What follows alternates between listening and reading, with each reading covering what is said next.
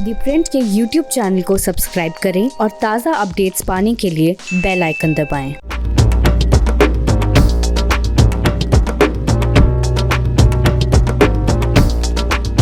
ऐसा मामला बहुत सालों के बाद आया है जब एक पत्रकार की रिहाई के लिए पूरी तरह से केंद्र सरकार और बीजेपी की सरकारें एड़ी चोटी का दम लगा रही है। जी हाँ, हम बात कर रहे हैं अर्नब गोस्वामी की, जो रिपब्लिक टीवी के CEO हैं।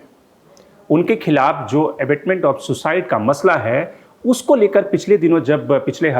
सप्ताह उनकी गिरफ्तारी हुई थी, तो केंद्र सरकार के ढेर सारे करीब 15-16 कैबिनेट मंत्रियों ने उनके पक्ष में आकर ट्वीट किया था, रिएक्शन दिया था। बीजेपी ने यहाँ तक कि प्रेस कॉन्फ्रेंस भी की थी, और जिसमें कि बीजेपी अध्यक्ष JP नड्डा ने भी कहा था किस तरह से कांग्रेस के शासन में आपातकाल लगा था 77 में, और उसकी एक तरह से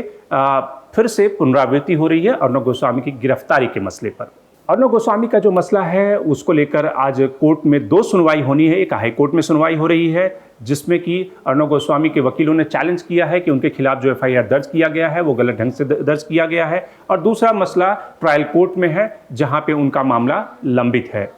अब सवाल यह है कि केंद्र सरकार क्यों अर्नब गोस्वामी के साथ खड़ी है, क्यों केंद्र सरकार बाकी जो जर्नलिस्ट हैं, बाकी जो पत्रकार हैं जो देश में अलग अलग हिस्सों में अपनी रिपोर्टिंग करते हैं, और उनमें से ढेर सारे के ऊपर राज्य सरकारों ने राष्ट्रद्रोह के मुकदमे भी दर्ज किए हैं, उनकी गिरफ्तारी,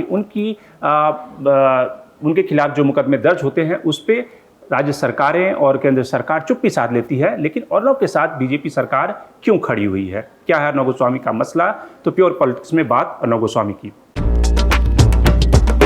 सबसे पहले अर्नब गोस्वामी के मसले में कल और आज क्या हुआ है। कल अर्नब गोस्वामी को जिस तरह से क्वारंटाइन सेंटर में वो थे उनको ट्रांसफ़र किया गया वहाँ पे दूसरे जेल में। मामला ये था कि जो जेल सुप्रिंटेंडेंट और जो इंस्पेक्टर जनरल ऑफ पुलिस हैं उनका कहना था कि अर्नब गोस्वामी मोबाइल फ़ोन का इस्तेमाल कर रहे थे, जो कि किसी भी कैदी को ये इजाज़त नहीं दी जा सकती कि वो जेल में रहते हुए मोबाइल फ़ोन का इस्तेमाल करे। और ख़ास करके जेल में ये प्रोविज़न है कि वो अगर उन्हें फ़ोन कॉल करना है तो वो फ़ोन कॉल कर सकते हैं, उसके लिए जेल एडमिनिस्ट्रेशन सुविधा प्रोवाइड करेगा। लेकिन अर्नब गोस्वामी मोबाइल फ़ोन का इस्तेमाल कर रहे थे, इसलिए उन्हें क्वारंटाइन सेंटर से सेंट्रल जेल में ट्रांसफ़र कर दिया गया है। अर्नब गोस्वामी का कहना है कि उनके साथ उनकी जान को खतरा है, और इस मसले को लेकर 2 सुनवाई, 2 पिटीशन, एक हाई कोर्ट में और एक ट्रायल कोर्ट में आज उसकी सुनवाई चल रही है, जिसमें कि हाई कोर्ट को फैसला लेना है कि उनकी FIR को क्वैश करती है या नहीं करती है। इससे पहले जिस मसले में अर्नब गोस्वामी गिरफ्तारी हुई है वो 2018 का मसला है, जिसमें कि एक डिज़ाइनर जिनके काम का पेमेंट जो बचा हुआ था वो अर्नब गोस्वामी और उनके जो साथी थे उनकी कंपनियों के ऊपर करीब 5 करोड़ का पेमेंट था जो ड्यू था, और उसमें से एक काफ़ी बड़ा हिस्सा अभी तक पेमेंट नहीं हुआ था, और उसके चलते जो डिज़ाइनर ने सुसाइड किया, और बाद में सुसाइड नोट में उन्होंने अर्नब गोस्वामी का भी उस सुसाइड नोट में नाम रखा। हालांकि जो उस समय देवेंद्र फडणवीस की सरकार थी उन्होंने उस मसले को क्लोज कर दिया था, और उसमें जो क्लोजर रिपोर्ट थी जो पुलिस ने फाइल की थी उसमें अर्नब गोस्वामी को बेकसूर बताया गया था। उनके जो 2 साथी हैं उनके ऊपर कहीं ना कहीं उंगलियां उठाई गई थी, लेकिन जब उद्धव सरकार आई तो उद्धव सरकार ने इस केस को खोला और उसमें अर्नब गोस्वामी की गिरफ्तारी हुई है। सवाल एक तरह से एक पत्रकार के ऊपर एक आरोप लगा है और एक अबेटमेंट ऑफ सुसाइड का चार्ज है, पुलिस उसकी इन्वेस्टिगेशन कर रही है, लेकिन जिस तरह से इसमें 2 सरकारें आपस में भिड़ी हुई हैं, एक महाराष्ट्र की सरकार और दूसरी केंद्र की सरकार, उन दोनों की पॉलिटिक्स को एक तरह से समझा जा सकता है।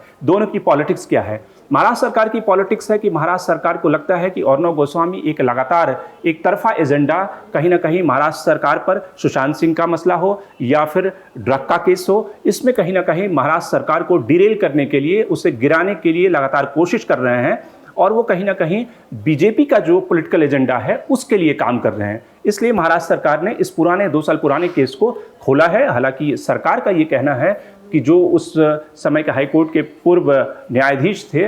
उन्होंने ये चिट्ठी लिखी थी उद्धव सरकार को कि इस मामले को खोला जाना जरूरी है, क्योंकि इसमें ढेर सारे साक्ष्य हैं, एविडेंस है, और इस मामले का सही ढंग से ट्रायल नहीं हुआ है।